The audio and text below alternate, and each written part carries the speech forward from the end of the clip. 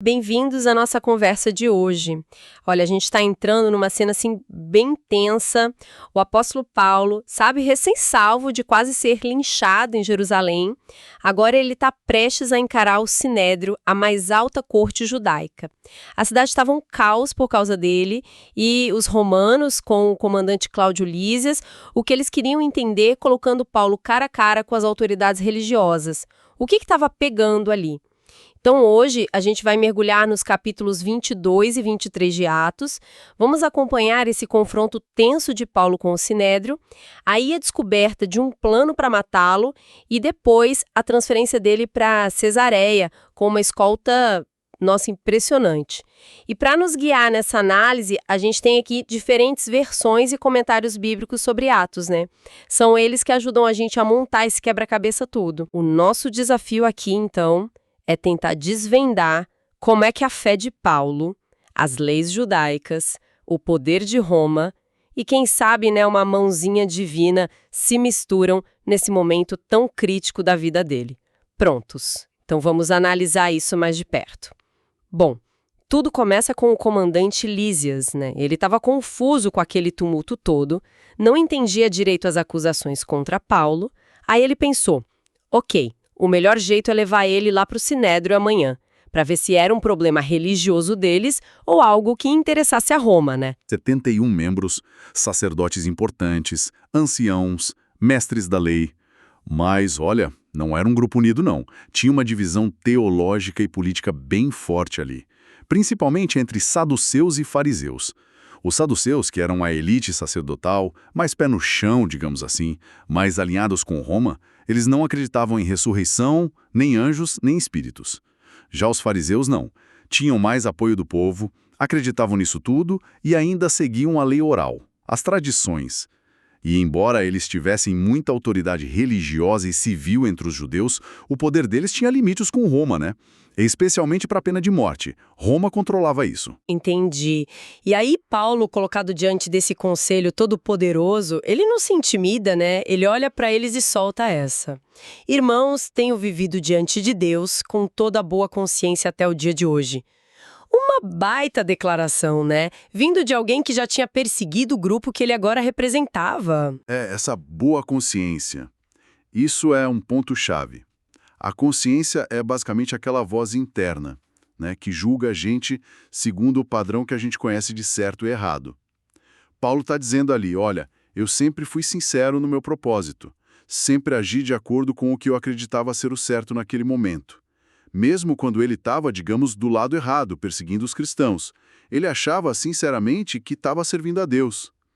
Claro, e os comentários bíblicos sempre ressaltam isso. A consciência não é perfeita, né? Ela precisa ser educada, informada pela verdade. No caso de Paulo, agora pela revelação de Cristo. Senão ela pode enganar a gente.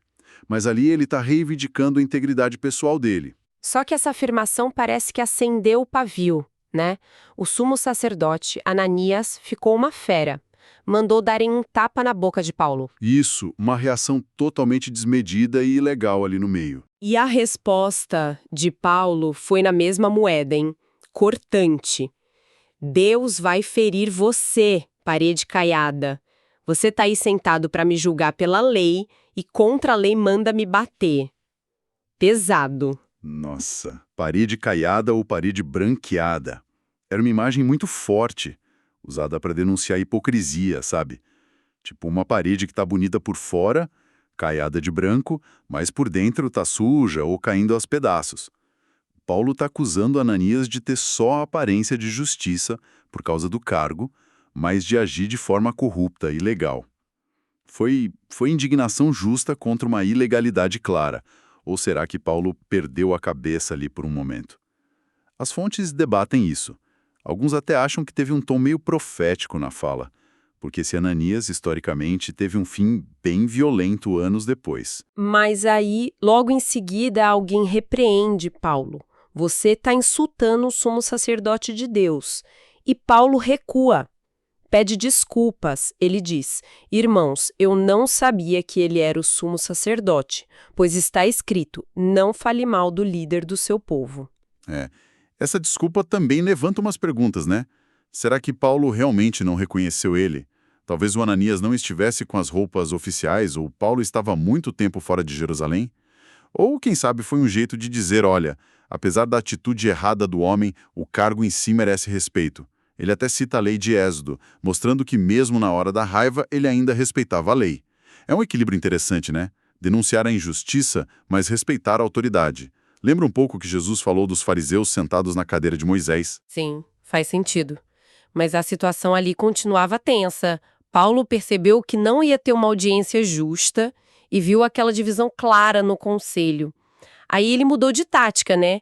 Ele levantou a voz e declarou: Irmãos, eu sou fariseu, filho de fariseu, estou sendo julgado por causa da minha esperança na ressurreição dos mortos.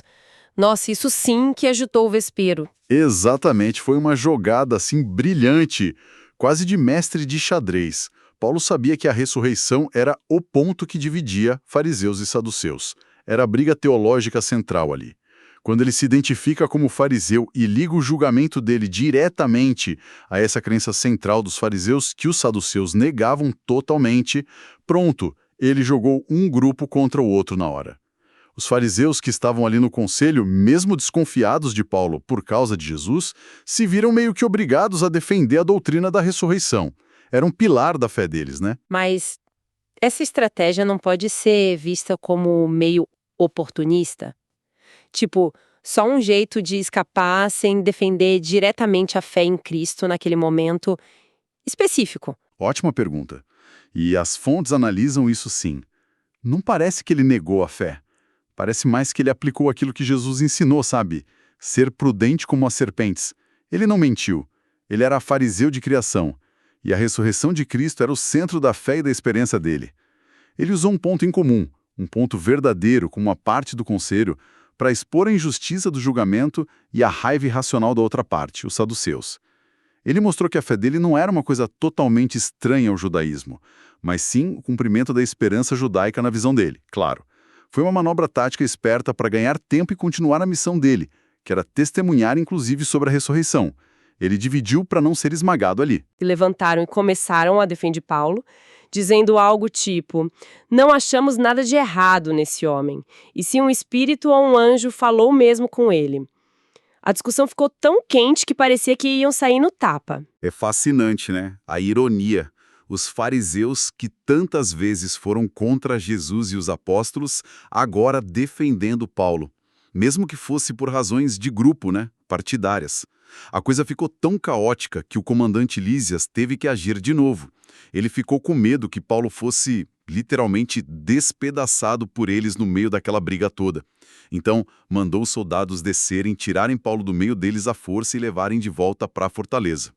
Ou seja, a estratégia de Paulo, por mais polêmica que possa parecer, funcionou no imediato. Tirou ele das mãos do Sinédrio. Um ponto-chave aqui é ver como essas divisões internas profundas podem ser usadas, né, para o bem ou para o mal, em momentos de crise. Ufa! Depois dessa tempestade toda no Sinédrio, a narrativa dá uma acalmada, um momento mais íntimo. Na noite seguinte, lá na fortaleza, Paulo recebe uma visita. O próprio Senhor Jesus aparece para ele. E a mensagem é curta, mas, nossa, muito poderosa. Coragem! Assim como você testemunhou a meu respeito em Jerusalém, também é necessário que testemunhe em Roma. Essa visão é importantíssima. Primeiro, imagina o impacto disso para o Paulo, né? No meio de tanta confusão, hostilidade, incerteza, cansado, receber essa confirmação e esse ânimo direto de Jesus deve ter sido uma força incrível. Segundo, confirma o destino dele, Roma, que era algo que Paulo já queria e que fazia parte do chamado dele lá do começo, lembra? Levar o nome de Jesus perante os gentios e reis. Roma era o centro do poder gentílico. E terceiro, era uma garantia, uma segurança implícita. Apesar de toda a bagunça, de todas as ameaças, Deus estava no controle. O plano de levá-lo a Roma continuava. Ele ia chegar lá. Mas essa calmaria dura pouco, né? Logo na manhã seguinte, a trama fica ainda mais sombria, assustadora mesmo. Mais de 40 homens judeus se juntam e fazem um juramento terrível, com maldição e tudo. Eles não iam comer e nem beber nada até conseguirem matar Paulo. É chocante pensar nesse nível de ódio, né? Esses homens, eles agiam por um zelo religioso totalmente distorcido. Achavam, sinceramente, que matando Paulo estariam servindo a Deus, algo que o próprio Jesus já tinha avisado que ia acontecer. E é importante notar, eles não estavam sozinhos. Buscaram apoio dos chefes dos sacerdotes e dos líderes. Provavelmente a liderança saduceia, que tinha mais motivos para querer Paulo fora de cena por causa daquela questão da ressurreição. Quanto ao juramento em si, era algo muito sério na cultura judaica. Mas é interessante que a própria tradição rabínica depois previa jeitos de anular um voto desses se o cumprimento se tornasse impossível. Provavelmente foi o que eles tiveram que fazer depois que o plano falhou. E como é que esse plano secreto vaza? Por uma pessoa totalmente inesperada. O sobrinho de Paulo. É a única vez que um parente dele aparece em Atos. De algum jeito, o rapaz ficou sabendo da emboscada. É um daqueles detalhes que parecem pequenos, mas mudam tudo, né? Como ele ouviu, como ele conseguiu entrar na fortaleza para avisar o tio. A gente não sabe os detalhes. Talvez Paulo, por ser cidadão romano, tivesse direito a visitas, não sei. Mas o ponto central é essa intervenção quase acidental, ou providencial, né? Através de um laço de família. Um jovem, um parente, que nem nome tem na história, vira a peça-chave para salvar a vida do apóstolo. Faz a gente pensar, né? Quantas vezes a ajuda vem de onde a gente menos espera. E a ação é rápida a partir daí. O sobrinho conta tudo para Paulo. Paulo, mantendo a calma, chama um centurião e pede para levar o rapaz até o comandante Lísias, diz que ele tem algo importante para contar. E o jovem vai lá e relata todo o plano da emboscada para o Lísias. E a reação do Cláudio Lísias mostra que ele era um oficial, assim, competente, e levava a sério a responsabilidade por um cidadão romano. Ele ouviu o rapaz, acreditou na informação, deve ter percebido que fazia sentido, né, depois da confusão do dia anterior, e agiu com cuidado, pedindo para o jovem ficar quieto, não contar para ninguém que tinha falado com ele. Ele sacou o perigo e a urgência de tirar Paulo de Jerusalém o quanto antes. E que resposta ele deu? Lísias não mediu esforços. Ele montou uma força militar enorme para levar Paulo em segurança para Cesareia. Cesareia era a sede do governo romano na Judeia. E fez isso rápido, de noite, saindo lá pelas 9 da noite. E a escolta, olha só, 200 soldados de infantaria, 70 cavaleiros e mais 200 lanceiros. Gente, são 470 militares armados para proteger um único prisioneiro. Esses números são impressionantes mesmo. Essa força era uma parte enorme da guarnição romana em Jerusalém, talvez quase metade. Isso mostra o quanto Lísias achou que o risco era altíssimo, ou quanto ele queria garantir a segurança daquele cidadão romano, talvez para evitar problemas para ele mesmo também, né? É um paradoxo incrível. Paulo, o prisioneiro, viajando com uma guarda que parecia de realeza. Mais uma vez, parece a providência divina usando os recursos do Império Romano para proteger Paulo e levar ele para a próxima fase do testemunho. A própria máquina que podia o oprimir, servindo de escudo. Tem até o detalhe de que arranjaram um cavalo para Paulo, né? O que deve ter sido um alívio para uma viagem longa de noite. E a rota passava por Antípatre, talvez para descansar ou despistar alguém. E junto com Paulo, Lísias mandou uma carta oficial para o governador Félix, lá em Cesareia. A carta basicamente explicava o que aconteceu, dizia como ele prendeu Paulo, resgatando de uma multidão, que depois descobriu que ele era cidadão romano, que levou o Sinédrio, viu que era questão da lei judaica, sem crime para Roma, e que estava mandando Paulo para Félix porque descobriu um plano para matá-lo. Cesareia era o centro administrativo romano, né? Onde ficava o governador. Félix, que era o governador da época, não tinha uma fama muito boa, não. As fontes históricas falam que ele era meio cruel, corrupto às vezes. A carta do Lísias é interessante porque é um jeito dele se justificar para o chefe. Alguns comentaristas até acham que ele deu uma maquiada nos fatos. Talvez omitiu que ele quase chicoteou um cidadão romano ilegalmente antes de saber da cidadania do Paulo. Mas olhando o quadro maior, o que a gente vê é o sistema legal e militar romano funcionando, movendo Paulo para uma esfera de poder mais alta.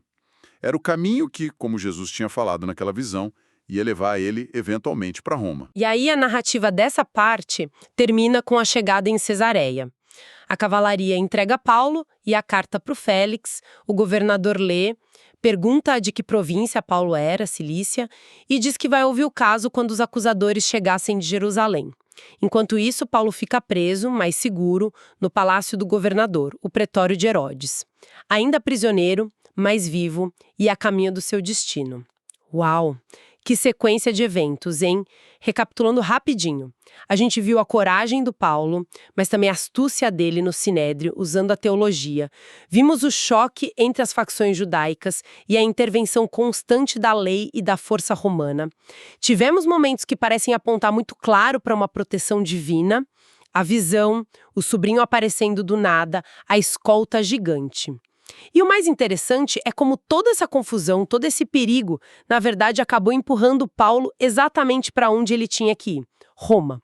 Então, o que a gente tira disso tudo? Olha, uma reflexão forte que salta das fontes é sobre o poder e o perigo das convicções profundas. De um lado, a gente tem o zelo religioso dos conspiradores, tão distorcido que levou eles a planejar um assassinato achando que serviam a Deus.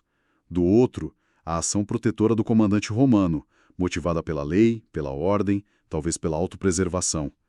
Isso deixa a gente pensando, né? Como é que a gente pode ter convicções firmes, como Paulo tinha, e dar um testemunho corajoso sem cair nesse tipo de fanatismo cego, partidário e, no fim, destrutivo que a gente vê nos oponentes dele?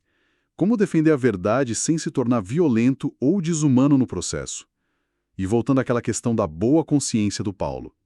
As fontes convidam a gente a pensar nisso também. Como cultivar uma consciência que não seja só sincera, porque, como a gente viu, até os conspiradores podiam se achar sinceros, mas que seja também continuamente informada, iluminada por uma verdade maior, disposta a ser corrigida. Uma consciência que resista à pressão do grupo ou ao tribalismo, sabe? Seja religioso ou de qualquer tipo, e que resista ao auto-engano. Talvez o desafio seja buscar sempre, como o próprio Paulo diria depois, ter uma consciência sem ofensa, tanto para com Deus quanto com as outras pessoas. É um processo contínuo, né?